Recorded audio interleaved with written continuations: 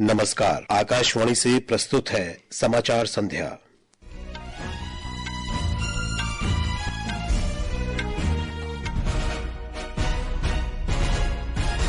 मुख्य समाचार। भारत ने बांग्लादेश से सभी अल्पसंख्यकों और उनके पूजा स्थलों की सुरक्षा सुनिश्चित करने को कहा है। झारखंड मुक्ति मोर्चा के नेता हेमंत सोरेन ने झारखंड के मुख्यमंत्री पद की शपथ ली। सर्वोच्च न्यायालय ने दिल्ली में प्रदूषण रोधी उपाय ग्रैप का चौथा चरण 2 दिसंबर तक जारी रखने का आदेश दिया। 55वां भारतीय अंतर्राष्ट्रीय फिल्म महोत्सव गोवा में भव्य समापन समारोह के साथ संपन्न।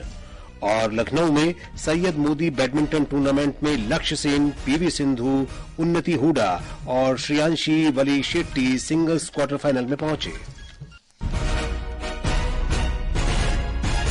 समाचार संध्या के साथ मैं विशाल शर्मा। भारत ने बांग्लादेश से हिंदुओं और सभी अल्पसंख्यकों तथा उनके पूजा स्थलों की सुरक्षा करने को कहा है। विदेश राज्य मंत्री कीर्तिवर्धन सिंह ने आज राज्यसभा में कहा कि अल्पसंख्यकों सहित बांग्लादेश के सभी नागरिकों के जीवन और स्वतंत्रता की सुरक्षा की प्राथमिक दायित्व बांग्लादेश सरकार का है।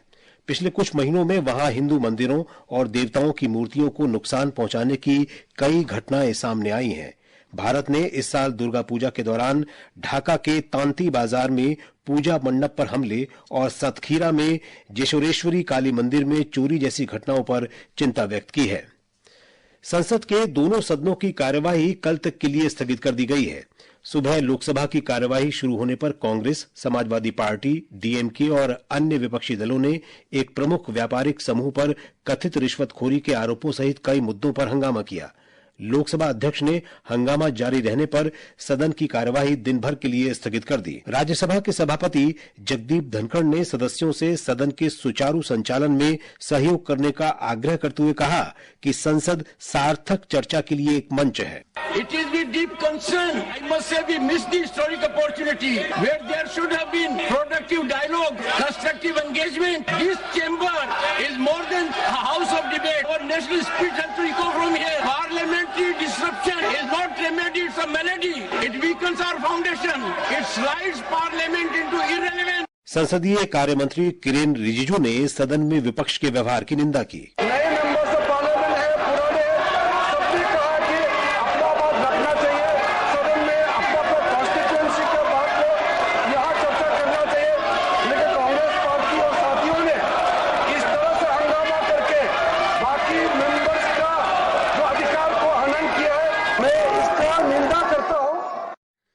केंद्रीय मंत्री प्रहलाद जोशी ने सदन की कार्यवाही बाधित करने के लिए विपक्षी पार्टियों की आलोचना करते हुए कहा कि सरकार चर्चा करने के लिए तैयार है।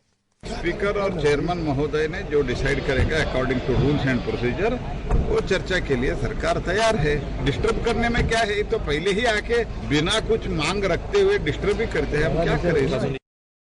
इस बीच सदन ने वक्फ संशोधन विधेयक 2024 की समिति की रिपोर्ट पेश करने का समय बढ़ाकर अगले वर्ष बजट सत्र के अंतिम दिन करने का प्रस्ताव स्वीकार कर लिया। समिति के अध्यक्ष जगदम्बिका पाल ने ये जानकारी दी। अभी भी 6 राज्यों के साथ जो राज्य की संपत्तियां हैं वो वक्फ बोर्ड क्लेम कर रहा है, उसमें डिस्प्यूट है। भारत सरकार के अर्बन डेवलपमेंट की 123 संपत्तियां दिल्ली में है जिसकी बहुत कीमती है, वक्फ बोर्ड ने क्लेम किया है, उस पर जवाब आना है। इसलिए ऐसी चीजों को देखते हुए हम इसको रेजोल्यूशन मूव कर रहे हैं कि अब हमारा जेपीसी का जो बिल का हमारा रिपोर्ट है उसको हम अगले बजट सत्र तक पेश कर देंगे। ये समाचार हमारी वेबसाइट www.newsonair.gov.in और हमारे न्यूज ऑन एआईआर ऐप पर भी उपलब्ध हैं।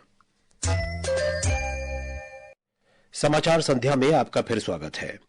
झारखंड मुक्ति मोर्चा के नेता हेमंत सोरेन ने आज चौथी बार झारखंड के मुख्यमंत्री पद की शपथ ली। राज्यपाल संतोष कुमार गंगवार ने रांची में श्री सोरेन को पद और गोपनीयता की शपथ दिलाई।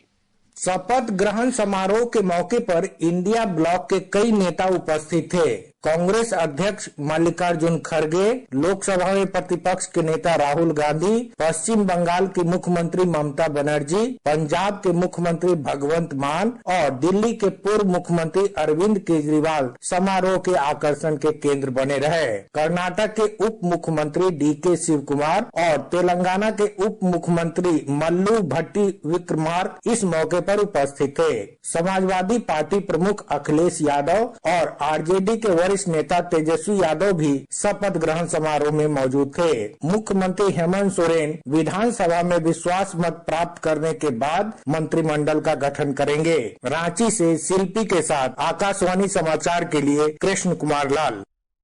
झारखंड विधानसभा का विशेष सत्र 9 दिसंबर से 12 दिसंबर तक बुलाया जाएगा। मुख्यमंत्री हेमंत सोरेन की अध्यक्षता में हुई पहली मंत्रिमंडल की बैठक में यह निर्णय लिया गया। श्री सोरेन ने कहा कि स्टीफन मरांडी प्रोटेम स्पीकर होंगे और इस सत्र के दौरान विधायकों को शपथ दिलाई जाएगी। स्वास्थ्य मंत्री जगत प्रकाश नड्डा ने आज आयुष्मान भारत प्रधानमंत्री जन आरोग्य योजना को लागू न करने के लिए दिल्ली की आम आदमी पार्टी सरकार की आलोचना की। श्री नड्डा ने कहा कि आम आदमी पार्टी सरकार ने जानबूझकर 6.5 लाख से अधिक पात्र परिवारों को इस महत्वपूर्ण बीमा से वंचित रखा। श्री नड्डा ने कहा कि उच्च न्यायालय ने भी इस योजना को लागू न करने के लिए दिल्ली सरकार की आलोचना की है। सर्वोच्च न्यायालय ने दिल्ली में प्रदूषण रोधी उपाय ग्रैप का चौथा चरण 2 दिसंबर तक जारी रखने का आदेश दिया है। न्यायालय ने स्पष्ट किया कि ये उपाय स्कूलों पर लागू नहीं होंगे। न्यायालय ने कहा कि कोर्ट कमिश्नरों द्वारा प्रस्तुत दूसरी रिपोर्ट में ग्रेडेड रेस्पॉन्स एक्शन प्लान से संबंधित प्रतिबंधों को लागू करने में प्रशासन की घोर विफलता दिखती है। इस बीच वायु गुणवत्ता प्रबंधन आयोग ग्रेडेड रेस्पॉन्स एक्शन प्लान से संबंधित प्रतिबंधों को कम करने के संबंध में एक बैठक करेगा।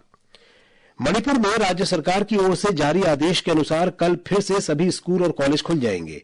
बीते दिनों जिरीबाम जिले में हथियारबंद लोगों द्वारा 6 लोगों की हत्या के बाद विरोध प्रदर्शन के चलते 16 नवंबर से सभी शैक्षणिक संस्थानों को बंद कर दिया गया था। वाणिज्य और उद्योग मंत्री पीयूष गोयल ने भारतीय उद्योग परिसंघ के व्यापार सुगमता और विनियामक मामलों के पोर्टल का आज नई दिल्ली में शुभारंभ किया। ये पोर्टल केंद्र सरकार और भारतीय उद्योग परिसंघ द्वारा कारोबारी सुगमता पर की गई प्रमुख पहलों और इससे संबंधित नवीनतम जानकारी प्रदान करेगा। श्री गोयल ने कहा कि सरकार की राष्ट्रीय एकल खिड़की प्रणाली ने कारोबारी सुगमता में सुधार किया है। इस प्रणाली से विभिन्न क्षेत्रों, उद्योगों तथा विभागों को एक साथ लाने में सफलता मिली है। अलग अलग विभागों ने अलग अलग चीजों पे नेशनल सिंगल विंडो का अच्छा प्रभावी रूप से लाभ लिया है। मेरा बार बार उद्योग जगत से और सभी चेंबर्स ऑफ कॉमर्स और बिजनेस के समूह है उनसे मेरा दरख्वास्त रही है कि वो इसका लाभ लें और उसमें से हमें सुझाव दें कि हम इसे कैसे और बेहतर बना सके, उनके लिए कैसे और लाभदायी बना सके। नीति आयोग के सदस्य डॉक्टर वीके सारस्वत ने केंद्र के पंचामृत लक्ष्यों का उल्लेख किया है। उन्होंने कहा है कि सरकार इन लक्ष्यों को हासिल करने के लिए वचनबद्ध है। नई दिल्ली में एक सम्मेलन में डॉक्टर सारस्वत ने कहा कि परमाणु ऊर्जा परिवर्तन में एक महत्वपूर्ण भूमिका निभाने जा रही है। उन्होंने कहा कि भारत नवीनीकरणीय ऊर्जा संस्थापित क्षमता में विश्व भर में चौथा स्थान, पवन ऊर्जा क्षमता में चौथा और सौर ऊर्जा क्षमता में 5वां स्थान रखता है। प्रधानमंत्री नरेंद्र मोदी ने भारतीय इतिहास और संस्कृति के प्रति वैश्विक उत्साह पर प्रसन्नता व्यक्त की है। श्री मोदी ने कहा कि भारतीय संस्कृति वैश्विक स्तर पर गूंजती है।